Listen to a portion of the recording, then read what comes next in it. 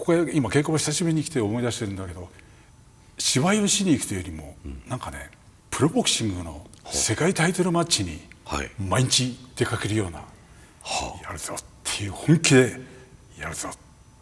ちょっとやっぱりこの「レ・ミゼラブル」「ジャン・バルジャン」っていうのは滝田さんにとっても特別ですかね。超特別で、超特別。作品のキャラクターが軽くそこに存在することを許してくれない、もう全精魂かけて人生も全てそこに集中して、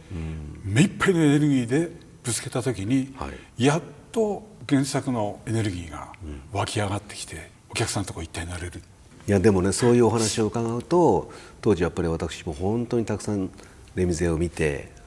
滝田さんの「ジャン・バルジャン」を見させていただいて、なるほどそういう感じで向かってらっしゃった、だから入魂のジャン・バルジャン像だったんだなっていうのが。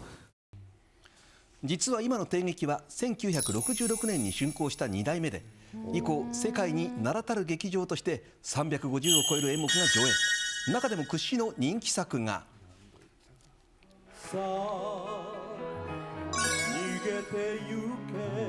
そう、私も好きすぎてこのジャベールの紛争で帝劇の舞台を踏んじゃった「レ・ミゼラブル」です。東宝演劇史上最多3459回の上演数を誇り、今の帝劇ラスト演目にもなるレ・ミゼ。そこでレ・ミゼ初代メンバー3人から当時の貴重エピソードを。私はもうはっきり覚えてますね。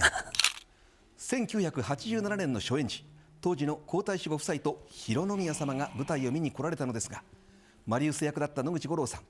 終演後の語らいにおいて浩宮様とこんな秘話が。殿下と僕誕生日が一緒なんですって言ってしまったんですよ。そしたら「存じております」って言われて、よかったと思った記憶を。素敵な思い出ですね。どうだ。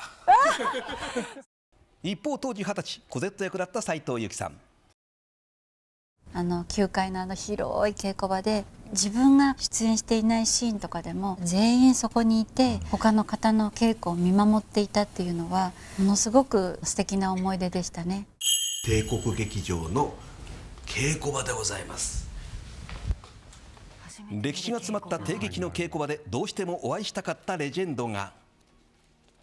本当に今日お目にかかれて光栄でございます。いやいや、ありがとうございます。主人公の初代ジャン・バルジャンを演じた滝田栄さん。命がけという言葉はあまり好きじゃないけど、本当に青春の全てのパッションを打ち込んで本気で関わった仕事ですから、パッとこう浮かんでくること、思い出されること、どんなシーン、どんな場面ですか。もう全て思い出なんですけども、初日カーテンコールで出て行った時に、一瞬無音状態なんですよね。もう水不天使で出て行って挨拶したら止まんない、うわーっと始まったと思ったら、全員が立ち上がってボーダーの涙なんですよ。その瞬間神聖なものが本当にこの劇場に舞い降りて、僕たち本当に包んでくれた。お客さんの顔を見た時、完全に伝わってるのが分かった時、よかった、これが舞台だっていう。それまで帝劇のお客さんというのは絶対に立ち上がって拍手しないというのが決まりだった。そうですか。その頃まではなかったんですか。レ・ミゼが初めてなんだそうです。そうですか。いやでも滝田さん、そんなねさまざまな思い出がある帝国劇場が、建て替えということで、休館ということになります。これはどうでしょう、滝田さんとしてはどんな思いがございますか。劇場というのはお客様がその感動との出会いを求めてやってくる場所で、僕の俳優として生きてきたテーマは本当に大きな本当の感動を与えたい、示したい。もうひたすらもうハングリーの時代からもそれ一時にそれだけでもうやってきた中で、見てくれた方々がもう打ち震えるような感動をしてくれて、随分手紙をもらった。今日人生を終えてしまうと思っていたけど、最後に見ようと思ってレ・ミゼを見て、もう一回生きようと思った、そんな